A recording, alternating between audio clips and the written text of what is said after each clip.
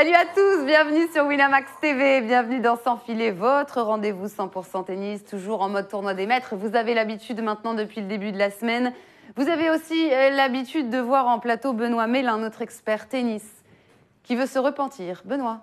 Me repentir? Oui, pour ton livre, Non amené, aujourd'hui encore. Non, mais oui, mais justement, voilà. Alors, peut-être demain, peut-être dimanche. Dimanche, c'est à 17h. Hein. Oui, c'est ça.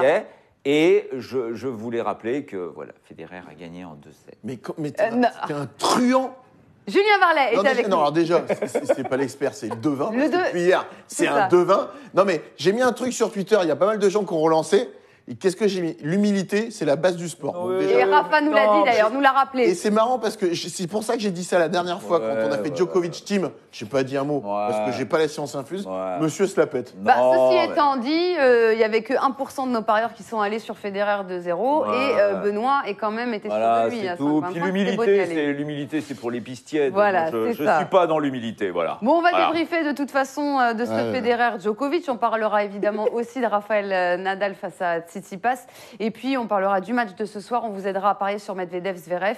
Et on présentera avec le prof, Benoît Mélin, les différents scénarios possibles. Si vous voulez, je vais vous quitter, moi. Mais non, toi, attends, restez parce que... Mais non, parce que tu vas m'aider. Julien affiche les cotes aujourd'hui, les amis. Hein. Ouais, c'est Julien qui affiche les cotes aujourd'hui. Alors en face, c'est le devin, le maître, l'expert, c'est tout ce que tu veux. Et moi, je fais les cotes maintenant. Ouais. Okay. Allez, une promo est proposée sur Winamax pendant le tournoi des maîtres. Regardez, vous avez l'habitude, cashback. Master jusqu'à 20% de vos mises live remboursées.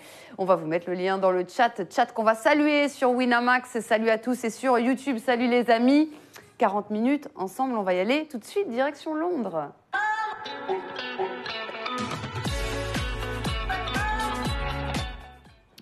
Et je vous l'ai dit, on commence avec... Tu t'enjailles sur le petit générique.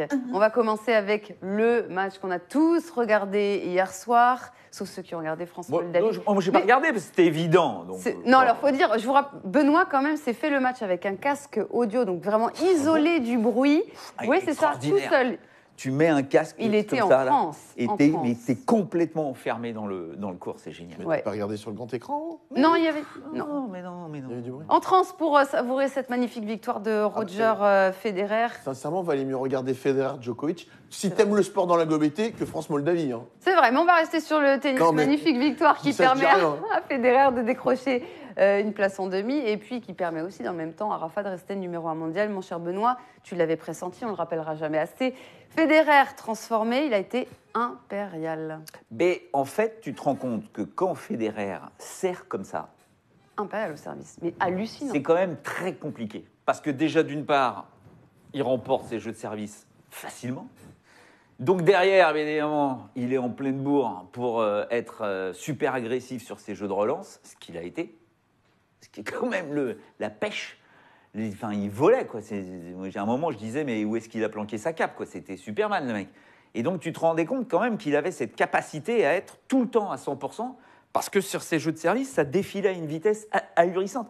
Voilà, à un moment, je regardais, sur les 20 premières minutes, il est à 87% de première balle de service, et il a fait une faute directe.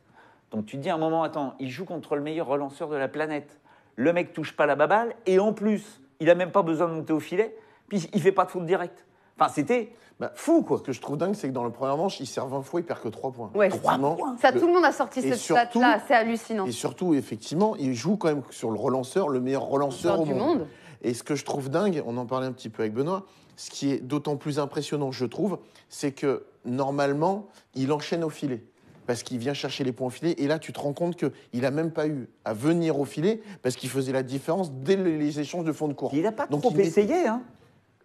Parce que les rares fois où il essayait de monter... il s'est fait un peu plomber quand même. Ouais, mais dans ses derniers matchs et dans sa nature, ces derniers temps, quand même, c'est de venir quand même agressant venant au filet. Et là, il faisait tellement la différence en fond de court qu'il n'avait pas besoin de venir au filet. Maintenant, de l'autre côté... On en parlera après de l'autre côté, du côté de Novak Djokovic. Oui, mais on va parler, mais juste avant, je voulais féliciter nos parieurs. Oui, mais on va en parler juste après du match de Djokovic. Mais d'abord... T'es juste un trader, toi. C'est pas ça. Tu te tais. Non, mais je veux féliciter Jordan Mermer. Regardez, parce que lui a suivi Benoît. Benoît, tu n'étais pas tout seul. Hein. Très peu, je vous l'ai dit, ont pris Federer 2-0. Alors lui, il a mis 134 € cote à 5,25. On vous l'avait présenté hier. 700 € pour Jordan. Bravo à toi, je voulais le souligner. Faut y aller. Faut y aller, et il y est allé, donc bravo. C'est une des plus grosses mises sur ce Federer 2-0, donc c'est dire que les gens étaient très frileux. Federer, on vous l'a dit, a vaincu son bourreau de Wimbledon. Quelle différence entre hier et Wim? Regardez, il s'est expliqué. C'était marrant, tout le monde l'a sorti, je voulais la mettre. La différence avec Wimbledon cette fois, c'est que j'ai gagné la balle de match. J'ai senti... La première? Ouais, c'est ça aussi. Dès la première. J'ai senti dès le coup d'envoi que j'avais le bon rythme du fond du court et au service, qu'il serait en danger s'il ne jouait pas du grand tennis. C'était une de ces soirées où votre plan de jeu est clair. J'ai eu ce que j'espérais. Alors, ouais, puis il en a rajouté. Hein, oh, vous avez vu sa célébration? Ça venait du fond du cœur. Il s'est levé ce matin, il a dit... Là, je suis bien, quoi. Bah oui, mais c'est normal, attends. Alors, je me suis fait défoncer. Pourquoi? Avec mon accent suisse. Ah bah normal. Ah ouais? Non, parce que j'ai des potes en Suisse. Alors, ils me disent, mais arrête avec ton accent, mais c'est pas du tout ça. On s'en fout, c'est pour rigoler. Federer est-il maintenant le grand favori pour remporter le Masters, mon cher Julien? On a les codes. Tu veux des cotes? Oh oui, je veux des cotes. Je veux les cotes. Eh ben, Federer est à 2,25. Voilà, et c'est le favori, évidemment. Parce qu'on a qui derrière? On va afficher les cotes. On a Alors, qui? on a Dominic Thiem à 3,60. Affiche-moi juste les 3 premiers, s'il te plaît. Jusqu'à Rafa et Rafa. Et alors? Vas-y. Bah non, je sais plus. Non, vas-y, n'aie pas peur. C'est la castratrice. Et donc, mais non, mais moi, je me dis que... Mais attendez, les loulous, Rafa, pour l'instant, oui, mais là, on ne sait pas. Mais Ah, on d'accord, présente juste les cotes. Mais si il y a un coup de poker à jouer, moi, j'irais quand même sur la 6 à Rafa. Si Rafa se qualifie. Si Rafa se qualifie. Et on verra dans quel cas il se qualifie. Et Tsitsipas, qui lui est sûr d'être en demi. Il est à 6 aussi. D'accord. Mais tu vois, sur une fin de tournoi, quand la bête est lancée, s'il est qualifié, 6 Rafa, c'est pas mal. Parce que 2,25 Roger... T'as raison de pas cliquer, il fallait cliquer avant sur Roger. Tu gagnes pas bon, on va revenir là-dessus, on va revenir un petit peu sur Nadal. Mais d'abord, il faut faire plaisir à Julien. Une dernière, hop, je vous mets... Ouais, on voit plus trop, tu vois, tu peux encore, il faut en enlever une. Et Zverev est à 10. Voilà, Zverev est à 10 et c'est beau aussi. Zverev à 10, on parlera des différents scénarios. D'abord, je vais faire plaisir à Julien qui se sent frustré de ne pas parler de Djokovic. Bien sûr, mais on va en parler avant, je voulais mettre en avant Jordan. D'accord. Parce que nos parieurs sont la priorité dans cette émission. Djokovic, mon cher Julien. Non, alors, attitude très bizarre. C'est ce que moi j'ai trouvé. J'ai trouvé que dans le deuxième set, il n'y a pas eu de rébellion. Alors, il nous habitue à plus dire un mot, à être vraiment un espèce de Björk bis sur le court. Mais je trouve qu'il n'y a pas eu de rébellion. Alors, tactiquement, c'est un peu difficile parce que quand Federer donne le ton comme il a pu le donner. Mais je trouve que voilà, c'était un peu endormi, ça manquait d'agressivité, de méchanceté, j'ai trouvé dans le deuxième set. C'est rare de le voir comme ça. On rappelle quand même que d'entrée dans le deuxième set, Djoko s'offre 2 balles de break sur le service de Federer. Donc non, pardon. Sur le service de Djoko, Federer s'offre 2 balles de break d'entrée que Djoko sauve. Et derrière, Djoko s'offre sa première balle de break au bout de 55 minutes. Il peut mener 3-1. Puis vous savez, il y a ce service Hawkeye qui est limite, machin, tu sais pas, tu as l'impression que c'est le Hawkeye, finalement, Federer te sort 2 points magistraux pour sauver son engagement. Et à partir de là, tu as l'impression que Djoko est résigné, quoi. Ouais. Enfin, on n'a pas du tout l'attitude, le body language de Djokovic qu'on a l'habitude d'avoir, normalement, sur ce genre de rendez-vous. Alors, c'est vrai qu'à force à un moment, je me disais, mais pourquoi, quoi? Est-ce que contrairement à Federer, s'est fait bouffer par le rendez-vous, puisqu'il y avait cette place de numéro 1 mondial? Je vous en avais parlé de ça, vous m'avez dit, mais non, on cloisonne, mais je pense pas. Alors, il ne s'est pas du tout épanché en conférence de presse, il a donné aucune indication. Mais après, je regardais, faut pas oublier donc qu'il joue son match contre Thiem qui dure 2h47 minutes, match qu'il perd en plus. Mais surtout, tu te rends compte qu'il n'avait plus joué un match de plus de 2h15 depuis la finale de Wimbledon. Donc tout d'un coup, tu te dis, ok, d'accord, le mec, il est là, il fait ses petits tournois, mais il passe rapidement, tu vois, ou il perd sur des matchs assez rapides, mais il n'avait jamais eu un gros combat depuis la finale de Wimbledon, et en plus, où il fallait qu'il enchaîne. Donc je me suis dit, peut-être que le mec, on ne se rend pas compte, mais fin de saison aussi, encore une fois, une saison de dingue, avec cette pression inhérente de la place de numéro mondial. Benoît, ça ne peut empêcher que tu joues bien, que tu joues mal, que tu vois que tu essaies d'en mettre un coup. Tu vois ce que je veux dire? Ouais. Là non. Alors, effectivement, j'ai l'impression qu'il a lâché les armes début du deuxième. Il s'est dit, là, je peux rien. Parce que je sais pas. Souvenez-vous que quand il a cette possibilité de faire le break sur le service de Federer au début du deuxième, derrière, il se fait prendre son service quasiment jeu blanc. Il y a une 0,40, 15,40, enfin, tu vois, il n'y a plus rien. Et puis après, Voilà, ça, à partir de là, il y a le break. Je vais vous poser la question parce que beaucoup en parlent, que ce soit sur Winamax ou sur YouTube. Mais par exemple, Emeric sur YouTube nous demande est-ce que Djokovic a été frustré par le public supportant Federer? Non, il pose Beaucoup se posent la question. Ça a été le cas à Wim. Ça l'a pas empêché de gagner et d'inverser complètement la tendance. Donc non, je pense que ça, non. Et puis, peut-être qu'il même il en tire logiquement très souvent une force pour aller contre ça. Ouais. Donc, moi, je pense pas que ça l'ait gêné. Il le sait. Il le sait maintenant que quoi qu'il fasse. S'il joue Roger ou Rafa, de toute façon. Il joue. Voilà, il y a. Il y a qu'en Serbie où Moi, je me souviens toujours de sa finale à l'US Open contre Federer, où c'était limite pas normal, quoi. Ouais. Alors, le mec, il n'existait pas. Ils étaient chauds hier. Ouais, mais c'est vrai que ça, même Federer l'a dit à un moment, pas par rapport à ce Masters, mais il a dit, c'est vrai que des fois, c'est quand même un petit peu bizarre ce qu'on arrive à créer par rapport à mon personnage, quoi. Je ne suis qu'un joueur de tennis. Alors oui, effectivement, des fois, je fais des coups incroyables, mais bon, faut que ça reste un peu normal, tout ça. Et il dit, c'est vrai que des fois, ça prend des proportions qui sont dingues. Et c'est vrai que quand il rentre sur un court à l'heure actuelle, il faut que l'adversaire puisse supporter ça, parce que c'est quand même complètement fou, quoi. Alors, quand il y a Federer-Nadal, tu te rends compte quand même que c'est un peu partagé, tu vois. C'est jamais très sûr. Mais là, voilà, Djokovic, il rentre sur le court, Nadal, Federer, Tsitsipas, Zverev, tout ce que tu veux, les gens sont pas pour lui, quoi. En tout cas, le Serbe déçu par son match et plus globalement par sa fin de saison. Regardez ce qu'il a déclaré, Novak Djokovic. Je ne suis pas satisfait de la manière dont j'ai achevé ma saison. Je n'aime pas jouer au tennis de cette manière, évidemment, mais il faut aussi accepter ce genre de raté. Si je dois faire un bilan, je pense quand même que c'était une très bonne saison. Alors, rapidement, comment on juge la saison de Novak Djokovic? Attends, il finit. Pardon. Il gagne quand même l'Australian Open. Il gagne Wim. Il gagne quand même 2 des 4 plus grands tournois au monde. Il finit numéro 2 mondial. Tu peux pas dire que c'est une mauvaise saison, quoi. Tu vois, tu gagnes 2 grands chelems quand même. En plus, et j'ai envie de dire que c'est pas une mauvaise saison. En plus, vu la circonstance de la finale de Wim, où il doit pas la gagner et puis il s'en sort. Donc non, pour moi, c'est pas une mauvaise saison. Non, mais je pense que c'est des mecs qui sont tellement habitués à être au-dessus. Ouais, tu vois, je pense que... Alors, l'Open d'Australie, on n'en parle pas tellement il a été parfait. Après, voilà, tu vois, les Masters américains, il n'est pas là. Il y a toute cette période de la saison où il disparaît un petit peu, on ne sait pas trop ce qui se passe. Il y a cette demi-finale qui perd contre Thiem à Roland-Garros. Je pense que ça, c'est aussi un match qu'il a un petit peu de mal à avaler.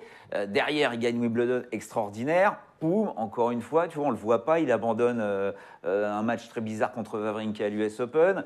Et il finit la saison, en général, toujours de telle façon à ce que le mec gagne Shanghai, Bercy, le Masters. Et puis, ça fait quelques saisons où, justement, il n'arrive plus à faire ça.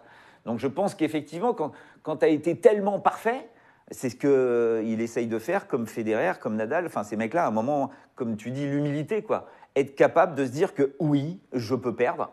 Non, je ne vais pas tout gagner tout le temps, toute ma vie. C'est normal. Mais bon, la saison, elle est quand même dingue. Je voudrais juste faire un parallèle. Et c'est pour ça que le tennis, c'est quand même quelque chose de fabuleux. Parce qu'on reviendra sur Nadal. Mais quand tu vois le parallèle du premier match de Djokovic et Nadal, tu dis c'est quand même exactement le même tournoi. T'en as un qui met pas une boule, hein, qui joue dans le carré de service, qui s'arrache et tout ça. Et c'est là où tu supprimes l'aspect tennistique et tu ne parles que de l'aspect mental. Et un Djokovic qui joue hyper bien, mentalement, tu dis, il est dedans. Et en fait, ça s'inverse tout doucement. Nadal, lui, voilà, il est dans le dur. Il n'a pas forcément les coups de tennis, mais le fait d'être hyper concentré, hyper dedans, son tennis, il rehausse. Et de l'autre côté, tu as un Djokovic qui est tellement sûr de lui par rapport à son tennis, limite...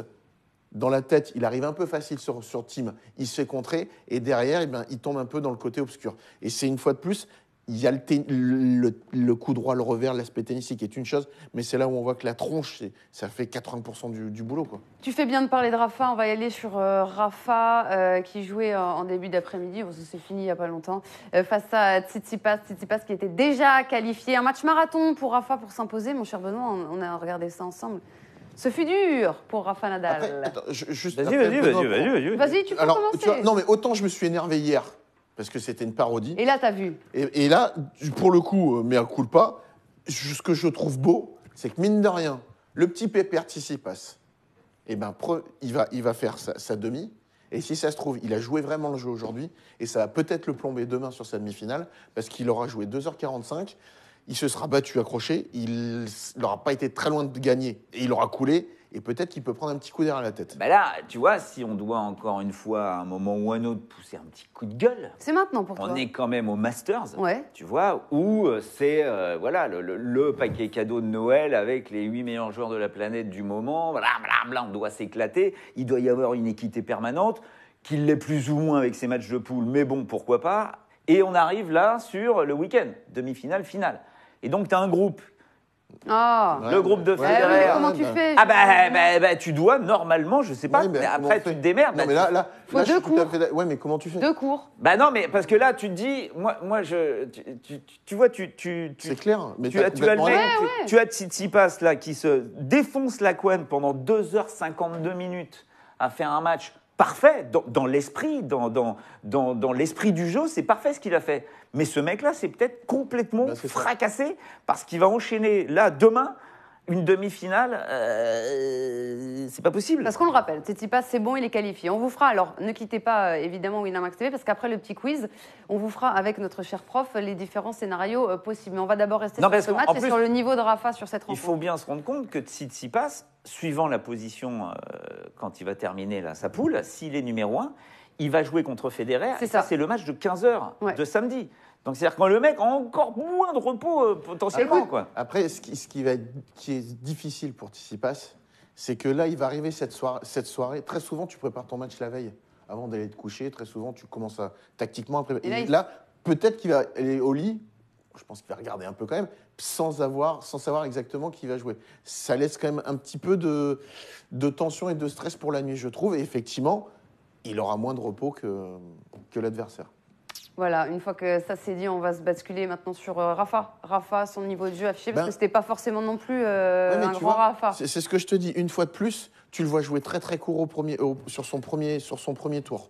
Il prend une bonne doudoune. Au deuxième, il gagne pas grâce à son tennis, il gagne grâce à sa tronche et sa volonté. Et là, tout doucement, mais là, son niveau de jeu, il l'a quand même retrouvé sur certaines phases de jeu. Hein. Oui. Les bouts de course, des très très bons retours où Tsitsipas a enchaîné service volé, mais j'ai envie de dire, c'est peut-être là où il est encore un peu fébrile. Je trouve qu'au retour, il n'est pas terrible. Mais en tout cas, dans le jeu, tu sens que ça commence à revenir. Il a retrouvé, je trouve, quand même de la longueur, de la lourdeur de balle, même s'il y a encore quelques erreurs. Et tout doucement, il ne peut que hausser son niveau de jeu. Puis l'attitude, bordel, mais c'est hallucinant, quoi. Parce que autant Federer, on s'en rend pas compte parce que son tennis ne le montre pas. Mais voilà, pour pouvoir jouer comme il joue, ça veut dire que dans l'attitude, il est parfait. Mais il n'y a pas ce côté hispanique, sanguin, le taureau, quoi, tu vois.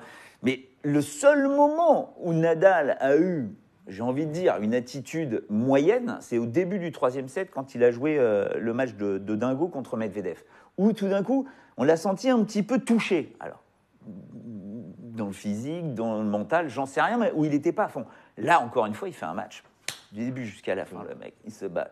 Il n'est pas content, il est content, il n'est pas content, il est content. Mais il joue. Ça, c'est une chose importante, c'est que tu joues bien, que tu joues mal, que tu sois 15-5, que tu sois moins 2-6 ou tout ce que tu veux. C'est un exemple, ne serait-ce que pour ça. Pour l'attitude. Tu zappes son coup droit, son revers, gaucher, pas gaucher, tu t'en fous. C'est l'attitude.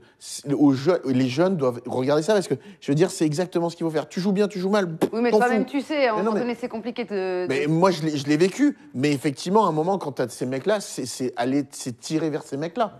Parce que, effectivement, de se le dire sur un point. Bon, allez, je ferme ma gueule. Je suis dedans, je m'accroche, mais tu plombes un coup droit, un revers, et pim, tu retombes. Et ben non, lui, au contraire, le fait que mentalement, il soit tellement bon, il hausse son niveau de jeu. Et il va jouer, il ne peut que jouer de mieux en mieux tout au long de ce tournoi. Alors après, on rappelle, on y reviendra, mais il peut jouer Federer en demi-finale. Il peut. C'est possible, on en reparlera. Mais s'il joue Federer, par exemple, imaginons qu'il joue Federer, on va se retrouver dans le même cas de figure. Ce qu'on souhaite. Oui, pourquoi pas. Ça peut être en finale aussi après, c'est pas grave. Mais ça me rappelle exactement le même cas de figure du Masters en 2010, où la finale, justement, est Federer contre Nadal. Federer gagne. Pourquoi ? Entre guillemets, parce que Nadal a 4 heures de plus de match.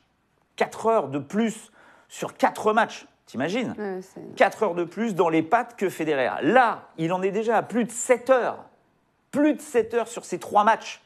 Il est à 7h02. Ouais, mais Benoît, ça, après un moment, c'est les aléas du tournoi. Non, tu peux pas gagner que tes tournois, tes matchs en 1 heure, tu vois. Je suis d'accord. Mais effectivement, à un moment donné, quand tu arrives le dimanche. Fin de saison, sur une surface qui n'est pas ta surface, parce qu'on le voit, hein, son effet lifté ne fonctionne pas comme ça peut marcher sur des surfaces plus dures où la balle gicle énormément. Donc, bien évidemment, c'est moins facile pour lui. C'est pour ça que c'était un moment. Parce que potentiellement, si je joue Federer, c'est ce que je te disais tout à l'heure quand on regardait le match. Alors certes, Tsitsipas est un peu plus grand que Federer, mais tu vois que Tsitsipas a très souvent pris, il est quasiment pas gêné. Il peut faire un maximum de revers recouverts sans être gêné. Donc effectivement, ça prouve que le lift remonte un peu moins. S'il joue Federer va pouvoir quand même s'appuyer un peu plus facilement sur cette balle. En cumul pour l'instant, hein, avec le même nombre de matchs, vous avez Nadal avec 7h02 de tennis dans les pattes, dans les jarrets. Federer est à 4h12. Donc il a fait au moins 2 matchs de plus, quoi. Allez, on va distribuer de l'argent dans le chat Winamax avant de parler du match qu'on attend tous, où on va analyser cette rencontre et vous proposer nos paris. Ce sera le Medvedev-Zverev. Mais d'abord, toute petite pause, qu'on puisse un peu régaler ceux qui nous regardent. Point d'exclamation, quiz. Mais d'abord, headshot. Déjà ? C'est quoi headshot ? Non, mais parce qu'on a... Oh là là là là ! Oh là là là là ! Il y a tout qui a explosé. C'est ça. Parce que... Explosion. Et pourquoi ? Parce qu'on va gagner de l'argent. Voilà, c'est ça, c'est le quiz. Oh, allez, on a sorti les rames. Point d'exclamation quiz, ça se passe sur Winamax, dans le chat Winamax. Donc sur YouTube, il faut migrer sur le chat Winamax. C'est parti. Et ensuite, ne vous inquiétez pas, on va parler de Medvedev-Zverev juste après le quiz. On y va. Où se déroulait le Masters en 2003 et 2004 ? Shanghai ? Non. Houston. Houston, point pour Benoît. J'espère que vous avez mis point d'exclamation quiz, team Benoît, team Julien. Qui s'était imposé en 2003 et 2004 d'ailleurs ? Federer. Federer, 2 pour Benoît. Ah oui, Bayou-Huit, non ? Ouais, c'est ça. Et Agassi, Agassi, un truc comme ça. exactement. À quand remonte la dernière finale de Rafa Nadal ? 2010. Non. 2013. Ouais, il perd contre Djoko, évidemment 3-0 pour l'instant pour la team Benoît. À quelle place ? Alors ça c'est intéressant. À quelle place Radek Stepanek ? 27. 27. C'était énorme ça. Hein, ouais, quand Ça, il a c'est joué le mérite 2 Masters. Non, ça ne mérite pas 2 points. Et il faut savoir. C'est ça, ça t'a choqué ? Mais parce que c'était dingue. Ouais. C'était complètement fou. C'est dingue. Il était en Parce vacances. qu'on rappelle comment ça se passe quand même pour ceux qui ne suivent pas forcément le tennis. Ça se jouait à Shanghai à l'époque. C'était le Masters qui était à Shanghai et il était en vacances en Australie. Et donc, il n'y avait pas de remplaçant, c'était un bordel. Parce qu'on rappelle, parce qu'il y a les 8 meilleurs joueurs du monde. Et 2 remplaçants. Et 2 remplaçants. Et donc, tu remplaces ensuite... Et ils étaient rentrés, les remplaçants, ou je sais pas quoi. Qu'est-ce que c'était quoi ce boxon ? Si, mais après, les mecs qui étaient derrière ne voulaient pas venir. Ne voulaient pas venir, et je sais pas quoi. Donc, ils ont cherché les mecs qui étaient dans le coin, et il y avait le Radek qui était en vacances à la cool. Je me demande s'il n'était pas avec Martin Hingis à cette époque-là, je ne sais plus. Enfin, j'en sais rien. Et donc, il est arrivé, il n'avait rien. Il n'avait pas de tenue que dalle. Donc, ils lui ont filé des shorts et tout, machin et compagnie, pour qu'il joue. Mais c'était fou. C'était ouf. Allez, un seul joueur a remporté tous Non, ça ne mérite pas 2 points. Non. Un seul joueur a remporté tous ses matchs disputés en Masters. Qui ? Tous ses matchs. Parce qu'il a joué une fois. Avec Stepanek. Bah non. Non, parce qu'il a dû perdre. Tous ses matchs. Donc, il a gagné le Masters. Nalbandian ? Mais il a joué qu'une fois.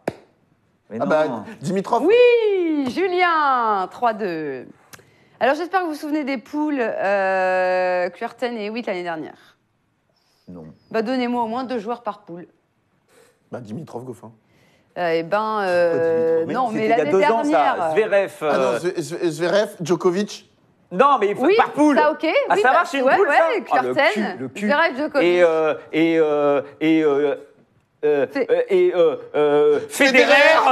Federer. Non, mais c'est n'importe quoi. Il est encore là cette année. Mais Federer. Putain, c'est. Marika. Non. Attends. Attends, Federer. Alors, dans la. Mais non, mais c'est n'importe quoi. Federer, Tim, Anderson, Nishikori, comme vous vouliez. Voilà, bon, ça fait donc, allez, on va dire quand même 3-3, parce qu'il a donné... oh, la honte. La honte. Combien de participations au Masters pour Andy Murray ? 4. Non, non. De participation au Masters ? 6. 8. Combien de demi-finales ? 2.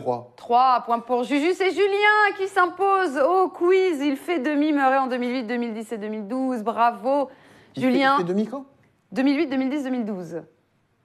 Bravo, Julien. 20 2016. €. Bah, il gagne en 2016. Et 2016, oui. Donc, il fait non, aussi. attends, on va revérifier. Bah si, il gagne en 2016. Donc il fait Oui, aussi. mais il fait que 3 demi. Hein. Mais j'ai du mal noter le truc. Ah, c'est pas grave. Mais je C'est suis précis. obligée d'aller. Ah, bravo. c'est précis. Alors, moi, je refuse ce point. Non, et on non. revient à J'y vais 3-3. tout de suite. Et Regarde. là, J'y vais tout de suite, j'y vais tout de suite. Guizmogot, il n'a pas gagné, Guizmogot. Oui, mais oui, forcément. Donc ça Ah, fait mais non, il 4. était avec moi, Ça fait Guizmogot. 4. Ça fait pas 3, ça fait 4. Ça fait 4. Parce que j'ai oublié quand il gagne en 2016. Mais Donc moi, il fait forcément demi. J'ai quand même le point, je t'ai dit qu'il Ah, allait gagner en allez, c'est 2016. bon point pour Julien. 20 € pour la team Julien, 15 € pour la team Benoît. Mais tu as eu raison de me reprendre. J'ai oublié 2016, l'année où il est sacré. Juste une- Allez, on retourne à Londres parce que c'est le match qu'ils attendent tous. Medvedev, Zverev, on a besoin de vos paris, on y va. Ah. Ah. Medvedev, Zverev. Et oui, match crucial dans ce groupe Agassi, Medvedev-Zverev, l'Allemand qui mène 4-1. Dernier duel en date, c'était la finale à Shanghai, on s'en souvient. Il avait pris 4-1 par Medvedev, notre ami Zverev. Est-ce que, parce que beaucoup en parlent, l'inconstance de Zverev, mon cher Julien, va être fatale face à Medvedev aujourd'hui? Il y a beaucoup d'enjeux. Je serais déjà curieux de savoir si on est d'accord sur le vainqueur avec mon ami Benoît. Ah, Parce que moi, je vous mettrais... êtes rarement d'accord Bah, ces je sais pas. dernières Moi, ces je derniers temps. partirais sur Zverev. Ah, moi, je partirais sur Medvedev. Ah tu bah vois, voilà. voilà. Comme ça, on est bon. Il y aura forcément un Eh ben, gagnant. non, moi, je te dis que Choisissez votre team. je pense que Medvedev... Bah, là, tu es obligé de sortir un argumentaire choc. Ah bah, Pourquoi Ah non, mais moi, je ah bah, je- non, mais je- c'est là qu'il faut sortir le tableau. Vas-y. Bon, alors, sors-nous ton tableau. Bon, c'est simple. On Oui. sait. Là, regardez, ce Voilà. sont les scénarios possibles des demi. Si Bon, c'est simple, de Medvedev toute façon. gagne. Que ça soit 2-0 Ah oui, mais c'est ou simple, 2-1. c'est simple. Non, c'est pas si simple Mais que ça. si. Si Medvedev est éliminé, quoi qu'il arrive, hein, on est d'accord. Mais on rappelle qu'il y a quand même 215 000 € Et 200 points à tes pour chaque Victoire. match gagné. Hein. Donc si Medvedev gagne, Nadal sera numéro 1 de son groupe. Donc, jouerait Federer en demi-finale et Tsitsipas finirait deuxième de son groupe. Si Zverev gagne, Nadal Nadal sorti du truc et Tsitsipas est numéro 1 de son groupe et jouerait donc Federer en demi-finale et Zverev sera numéro 2. Voilà, ça, vous ne pouvez pas avoir plus simple, plus clair que ça, c'est simple, Mais- net, Donc, clair, en fait, précis. l'avenir de Rafa est dans les mains de Medvedev. Medvedev, on le rappelle, qui a perdu contre Rafa à l'US et en poule. Medvedev va-t-il permettre à Rafa de se qualifier? Ben, je vous rappelle quand C'est même énorme. qu'il s'est marié il n'y a pas longtemps. Bon, donc Roger lui a fait un cadeau de mariage. Voilà. Là, Et là, non, en mais lui donnant aucun la place rapport. de numéro Non, 1 on n'a mondial. pas envie Et d'entendre si ça. Medvedev, il veut faire son cadeau de mariage aussi, il doit battre Zverev et l'autre, paf, il reste dans Sur la- YouTube, dans on le a une tour. question. On a une question. Attends, Est-ce que- parce oui. que c'est ça ton argument. Mais non, c'est pas un argument. Bon, parce que Medvedev va Zverev. Non, Ah, non. punaise. Un cadeau de mariage. D'accord, ok. Non, on nous demande si Medvedev va vraiment s'embêter à gagner ce match. C'est les questions qui sortent Zverev sur YouTube. Medvedev. Ah, Medvedev. Moi, je le sens pas, Medvedev. Je trouve que même si... bah non, je les avais mis, elles sont reparties. Oui, elles sont reparties. On va remettre les cotes. Alors, Bah, c'est bon, c'est parfait. elles sont parties toutes seules. Ouais, d'accord. Ok, c'est Je noté. peux- moi, je pense qu'il est pas dedans, Medvedev. Et même si Zverev a pris un bon coup sur Tsitsipas. Tsitsipas, je sais pas. Alors attends, Je- attends, je- attends. Alors, Tactiquement, Non, je merde. pense qu'il va mieux jouer, il va mieux gérer déjà que quand il s'était joué à Shanghai où l'autre était sur son nuage. mais oublie Shanghai. Il est redescendu de son nuage, Medvedev, et je pense que tennistiquement, Zverev joue mieux là que Medvedev. Alors je ne te crois pas, mais alors je ne te suis pas du tout.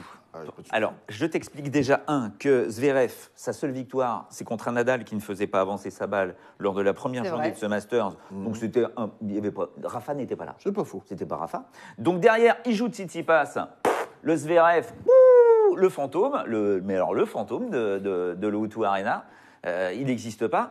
Et là, il va jouer Medvedev. C'est simple, hein. Il a l'obligation de gagner ce match pour rester, lui, dans ce Masters. Ah, tu crois que mentalement, ça va être tenant du titre, Zverev, hein? On redit? Bah, déjà, je trouve qu'il y a beaucoup de choses en jeu. C'est-à-dire, tenant du titre, le mec joue mal, le mec n'a pas du tout assuré contre Tsitsipas, il s'est quand même pris une sérieuse doudoune. Je crois, vu le climat actuel, c'est plutôt bien. Et il va jouer Medvedev. Medvedev, alors, ok, je suis d'accord, Medvedev n'est pas du tout le Medvedev qu'on a eu là sur l'été américain et puis qui a continué jusqu'à Shanghai. Mais je pense que Daniil Medvedev... Il va pas partir du Masters sans victoire. Non, mais c'est pas ça. Je pense que le fait qu'il ait perdu ce match contre Nadal parce qu'il a complètement pété un câble, alors qu'il a ce match. Il On n'a rappelle, il pas menait le droit de perdre ce 5-1, match. Il a balle de match. Et c'est lui qui perd ce match. C'est pas Nadal qui gagne. Non. C'est lui qui le perd ce match. Et il l'a dit après, il en a parlé avec Gilles Servara, son entraîneur, même avec sa femme et tout ça, parce qu'il n'a pas arrêté de les insulter pendant tout le match. Il leur a dit, écoutez les loulous, je sais, je bosse là-dessus, mais je deviens fou de temps en temps. Malheureusement, j'ai pété un câble, j'ai pas su Et je pense que là, ce match-là, c'est pas pour des points ou pour gagner des dollars. C'est simplement, c'est pour montrer à son clan que, ok, d'accord, c'est encore un petit con de temps en temps, mais que là, il va se transformer en grand bonhomme et il va jouer ce match à fond la tête. Alors qu'il est déjà éliminé. Et on n'oublie pas qu'il y a toujours cette course entre eux, parce qu'ils ont tous, c'est la même catégorie d'âge, et ces mecs-là n'ont qu'une envie, c'est se bouffer les uns les autres pour y arriver. Et je peux te dire que Medvedev n'a qu'une envie, c'est que Zverev ne soit pas du tout dans la suite de ce Masters. Alors, on est d'accord. Donc, c'est ça ton argument aussi? Bah, dis donc, c'est déjà mieux que le mariage. Non, mais c'est aucun argument Alors, tennis. vas-y, on attend une minute. C'est ce que j'ai dit. Ce n'est pas un argument tactique, technique ou tennistique. Ah, mais il n'y a pas une que question ça. de tronche. Donc, tu crois Mais que y a pas Zverev... que ça. Non, mais tu crois que Zverev, il n'est pas dans la tête d'aller battre Medvedev non plus? Ben non, parce que je trouve que sa régularité... Alors, autant sa régularité au service contre Nadal a été fabuleuse, mais il n'y avait personne en face. Là, tout d'un coup, il joue contre Tsitsipas, l'autre envoie la balle, et je peux te dire que le Medvedev va lui renvoyer la balle. Donc, à un moment ou à un autre, en 2-3 coups de raquette, il t'en met plus une. Oui, mais... Donc, je ne vois pas en quoi, là, en plus, avec 2 revers à 2 mains, ou l'autre, il te renvoie la balle dans tous les sens mais sans arrêt. C'est que Medvedev ne fait pas le jeu. Si Medvedev était un joueur qui vient agresser l'adversaire, tu vois, certes, il a son service, mais dans l'échange, venir vraiment agresser, c'est pas vraiment ce qu'il fait. Donc, automatiquement, Zverev va avoir du temps, il va pouvoir délivrer ses grandes frappes de fond de cours et être agressif. Mais elles font pas mal, ces frappes de fond de cours. Le mec, il est 3 mètres, il est, allez, 2 mètres derrière sa ligne de fond de cours. Alors, ça frappe, ça fait... c'est énorme, mais ça les gêne pas, ces mecs-là.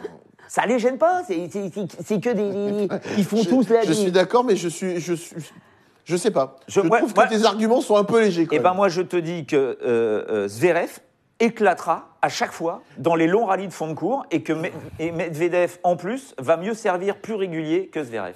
Medvedev va gagner. Alors, nos parieurs te suivent. Voilà. Bien sûr, mais attends, c'est bien, je parle à des connaisseurs. Voilà, bravo.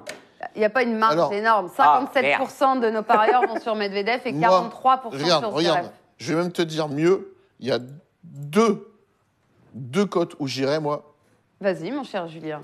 C'est 2,60. Pas encore la cote fluide. 2,75. Non, mais si. Ah, toi, tu vois carrément Zverev mettre 2-0 à Medvedev. Ou encore mieux, tu zappes celle-là en 3-7 quand même, parce que je pense que Medvedev va pouvoir gêner Zverev, mais au bout du compte, Zverev va s'en sortir à 3,70. Et Medvedev en 2-7, c'est combien? Elle n'existe pas. Si. si, elle existe. 3,15, c'est beau. Benoît, tu vas là-dedans? Alors attends, tu vas là-dessus? J'ai fait les mêmes choses. Et t'as encore mieux s'il gagne 2-7-1, c'est 3,95. Oui, mais bon, est-ce qu'on voit... Donc toi, tu restes à 3,15. Ah bah non. Ah bah non, très bien, elle est très bien là. Bah non, je pensais que ce serait moins intéressant sur le 3-7. Ah bah moi je dis Medvedev en 3-7. D'accord. Oui, Medvedev en 3-7 contre Zverev. On rappelle quand même que Medvedev, on donne toutes les informations, que Medvedev est déjà éliminé avant de jouer ce match-là. Que Rafa aussi attend ce match forcément parce qu'on va remontrer le petit tableau. C'est bien de le dire à nos parieurs avant qu'ils cliquent sur un des bets proposés. Voilà, donc mon cher Benoît, on rappelle rapidement, si Zverev s'impose, Nadal est éliminé, Tsitsipas 1, Zverev 2. Ça veut dire que Tsitsipas jouera Federer et Zverev jouera Thiem en demi-finale. C'est important de le dire aussi. Si Medvedev gagne, Nadal reste en course, Zverev dégage, Nadal jouera contre Federer en demi-finale et Tsitsipas affrontera Thiem en demi-finale. Et c'est quand même... C'est très compliqué en vrai d'aller miser là-dessus parce qu'il y a tellement de choses. Moi, je vous ai quand même... This is a fucking Masters. Oui, c'est... Non mais attends, c'est quand même un pour truc de malade. Pour l'instant, se régale. Je vais me la jouer un peu à la pété à la Benoît Mélin. N'oubliez pas quand même... L'humilité. Exactement. Donc là... Depuis lundi, je vous dis que Thiem sera au minimum en demi-finale. C'est vrai. Et tu verras qu'il va gagner sa demi-finale, qu'il joue un des deux, et il sera en finale, au moins en finale, voire peut-être même... Mais là, vous fanfaronnez. Mais je vous dis un truc qu'on va mettre en place la saison prochaine. Oui. Toi, grand trader devant l'espace, le pari sur les aces, est-ce que tu as ça? Est-ce que ça vaut le coup, mon cher Julien? Est-ce que ça peut être intéressant de savoir? Qui? Tu me demandes. Le nombre d'aces, ce que tu veux, tu demandes à Julien. Alors... Juste avant, je vous dis que, voilà... c'est Medvedev. Le nombre d'aces. 14 aces, 50. Je vérifie en même temps parce que c'est un peu catastrophique. C'est Medvedev ou c'est tous les deux cumulés? Ah, il sait pas trop là. Hein. Nombre le d'ace, ça nombre m'a l'air- d'ace ça m'a l'air- cumulé, c'est c'est cumulé. cumulé. Il n'a pas suivi encore. C'est cumulé, mon cher Julien. Ah, c'est cumulé, d'accord. Oui. Ah, je savais pas. C'est ça. Ouais, en bon. dessous, tu as le nombre d'ace de Medvedev. Ah oui, d'accord, ok, c'est Ouais, bon. parce que D'accord. ça, bon. Non, 14. Après, t'as 16, 19. Vivement que Coco revienne. À mon avis, ça va tourner aux alentours des 16, hein, mais bon, c'est un 70. Donc, plus de Ouais, non, c'est pas 14,5 à 1,40. Et excuse-moi, les tête-à-tête Medvedev-Zverev, Ça fait 4-1 pour Zverev. 4. Mais Medvedev le tape 4-1 à Shanghai en finale. On reste sur ça. Souvenez-vous de cette finale. Sur une surface qui était plus rapide que celle d'ici. Sur l'eau. Il marchait sur l'eau. Medvedev. Mais Zverev, encore une fois, souviens-toi, Ah, il de avait, cette finale. il avait vite. D'accord. Non, mais je suis tout à fait d'accord. Et c'est ce que tu avais dit en plus quand Zverev a perdu hier. C'était hier, oui. C'était hier. Oui, avant-hier. Avant-hier. Tu vois, encore une fois, Zverev a cette irrégularité à ce très très haut niveau qui ne peut pas exister. Tu ne peux pas avoir ces baisses de régime, d'intensité, de concentration. Tu ne peux pas t'échapper. Et ce mec s'échappe beaucoup trop. Je croyais en lui, moi, au début de ce Masters. Tu vois, je le voyais aller au moins jusqu'en Moi finale. aussi. Et Moi là, aussi. je suis... Alors, attention, hein, il n'est pas éliminé, mais je suis de toute façon extrêmement déçu de ce qu'il a réussi à Non, produire depuis le début. C'est ce qu'on disait aussi. Quand tu regardes, moi, c'est ce qui m'embête surtout sur Zverev, c'est que quand tu regardes, pour moi, il ne progresse pas. C'est que sur les coups d'attaque où il doit beaucoup plus être performant, il n'a pas progressé. Il joue, tu as raison, toujours aussi loin de sa ligne. À la volée, il n'a pas progressé. Il a eu ses gros soucis de service cet été. Donc c'est ça un peu le problème, c'est que pour moi, il ne progresse pas. Même si là, il a quand même cette opportunité de jouer un Medvedev qui est sorti, qui est un peu dans le dur mentalement. Moi, je le vois quand même passer. Il faut quand même se rendre compte que là, sur, on va dire, cette année 2019, sans faire un bilan, mais s'il y a deux mecs qui ont réussi à progresser alors qu'ils étaient déjà parmi les meilleurs, c'est Tsitsipas et Thiem. Ouais, ces gars-là ont réussi à augmenter leur niveau de jeu général, de progresser dans des secteurs où ils étaient un petit peu en dessous. Et les gars ont pris confiance en plus, ils ont pris de l'épaisseur et ils sont capables de nous jouer des matchs. C'est quand même ils nous font des symphonies, quoi. Les mecs, c'est dingo ce qu'ils font, quoi. En tout cas, World Class, je suis désolée, Benoît va suivre Julien. Il met carrément sa maison sur la victoire Non, de ne mets Zverev. pas ta maison. Donc, Mais la niche, voilà. la niche du chien. Les Mais gars, la on y niche va du mollo quand même. Hein. Bon, en tout cas, on a du Zverev, du Medvedev. Comme d'habitude, ils ne sont pas d'accord. Qui vous aura convaincu On verra ça plus tard. Et qui remportera demain. ce match-là On verra ça demain, parce que demain, on est là. Mais avant, alors je Même vois heure. que sur YouTube, ils réclament déjà la partie de ping-pong. Là. Ah. Ça va arriver tout de suite, d'ailleurs, tie-break. Attends. Et je me souviens plus. Ah, juste avant, petite question d'Emeric. Qu'est-ce qu'on voit un match accroché Non, mon cher Emeric, je te rappelle que. Ah bah si, Benoît... j'ai dit 3-7. Non, t'as dit... Si, il a dit 2-7-1. Ah bon, je croyais que tu avais dit 2-7, 2-0.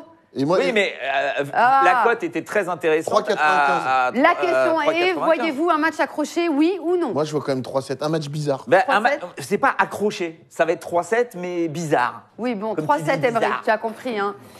Bon, vous avez l'habitude maintenant. Qui c'est point qui a gagné d'exclamation hier Quiz, c'est Benoît, qui est à 1,45. Donc, si Benoît s'impose, ça fait 15 €. Et Non, si mais Julien- attends. Hier, j'étais à 1,40, je suis repassé à 2,80. on rappelle qu'il n'y a que des traders professionnels dans cette C'est maison. moi qui fais les Et là, cotes. c'est n'importe Mais c'est je toi fais qui ce fais que les je codes, veux, là bien sûr que c'est moi. Ah, d'accord, c'est pour Mais ça. C'est très c'est pour ça, fluctuant c'est pour et ça, c'est c'est moi pour ça. qui fais ce que je veux. Bon, attends, on est en train de se faire engueuler par Marion parce qu'elle attend pour Non, alors, la je suite, la gère suite. l'émission et le timing. Je Ouais. n'ai jamais rendu en retard, ce ne sera Allez. pas le cas parce qu'il y a évidemment la magnifique émission Clutch qui arrive juste Ouais, après ouais. sans filet. Oh. Non, mais Allez. d'abord, vous avez un match de haut niveau. Alors, jouez Là Tiens. C'est terrible. Juju, le doublé 6-4. 5-3 Benoît avec 4 doubles fautes de Julien. Oh là là. Point d'exclamation quiz, team Julien, Et team attention, Benoît. tu vas me le mettre dans la poire. Time 1-0 Juju. Ah